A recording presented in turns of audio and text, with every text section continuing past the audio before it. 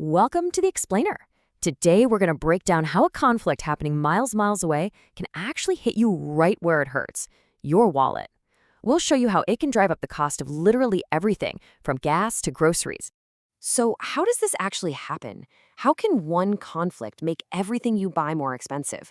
Well, it's a fascinating and, let's be honest, a kind of scary chain reaction. Let's trace the domino effect, step by step, from that single event all the way back to your bank account. All right, so our story kicks off with a scenario that, well, hypothetical for now, is totally plausible. Imagine this. A war breaks out in Iran, and as a result, a critical global choke point for energy gets blocked. We're talking about the Strait of Hormuz. Now, this right here, this is the first domino to fall, and it's the big one. Why? Because pretty much our entire modern world runs on energy. Think about it. From our factories to our homes to transporting every single thing we buy, it all needs energy. So, okay, the choke point is blocked. What happens next? Well, the shock to global markets is immediate and it is severe. And it all starts with the most obvious commodity. Boom. Just like that, the price of oil jumps by 50%. And we're not talking about a slow, gradual increase here. No way. This is a massive, overnight shock to the entire global economic system. But wait, it gets even more complicated. Because it's not just oil that's trapped. What's really wild is that this same shipping lane is crucial for stuff like natural gas, urea, and sulfate. Basically, all the key ingredients for fertilizer. And you already know what that means, right? A direct hit to food prices. Okay, so we've got pricier oil and more expensive fertilizer, but how on earth does that make your new pair of shoes or your phone bill cost more? Let's break down how this inflation actually spreads. It's all about this ripple effect. See, first, the cost of energy and fertilizer goes up. That means it costs more to transport, well, anything.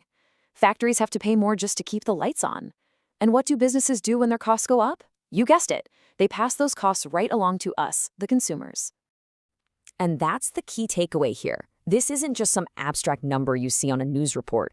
We're talking about the real-world cost of heating your home, filling up your car, and, yeah, that weekly trip to the grocery store. It hits everywhere. But here's the thing. Those initial price hikes, that's just the first stage. The real danger, the thing that keeps central bankers up at night, isn't the mechanical price rise. It's about what happens inside our heads. It's a psychological shift. Right. So what happens when we, the people, start to expect prices to just keep going up and up?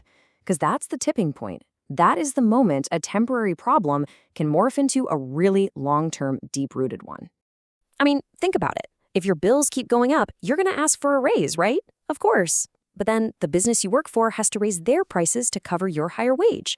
And that's what economists call a wage price spiral. It's this nasty feedback loop where rising prices lead to higher wage demands, which then, well, it leads to even higher prices. It just feeds on itself. And this quote just nails it. One person's wages are another person's costs.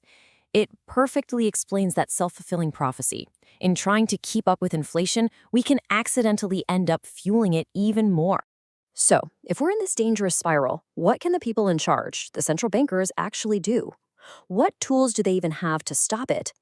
And what makes this situation especially tricky right now is that this isn't some one-off event happening out of the blue. We've been getting hit with shock after shock for years now. First it was the COVID pandemic, messing up all the supply chains.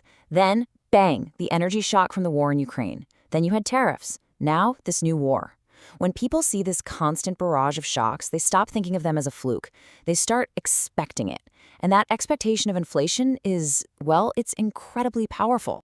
So, to break this cycle, central banks really only have one major tool in their toolbox. And it's a blunt one: raising interest rates.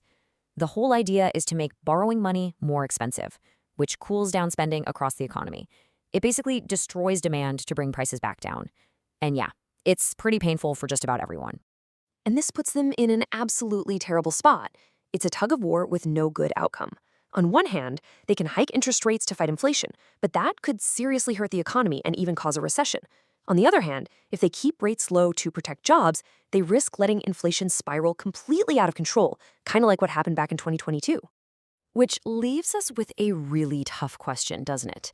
In a world where it feels like we're just lurching from one global crisis to the next, is this painful medicine of high interest rates the only way to deal with inflation?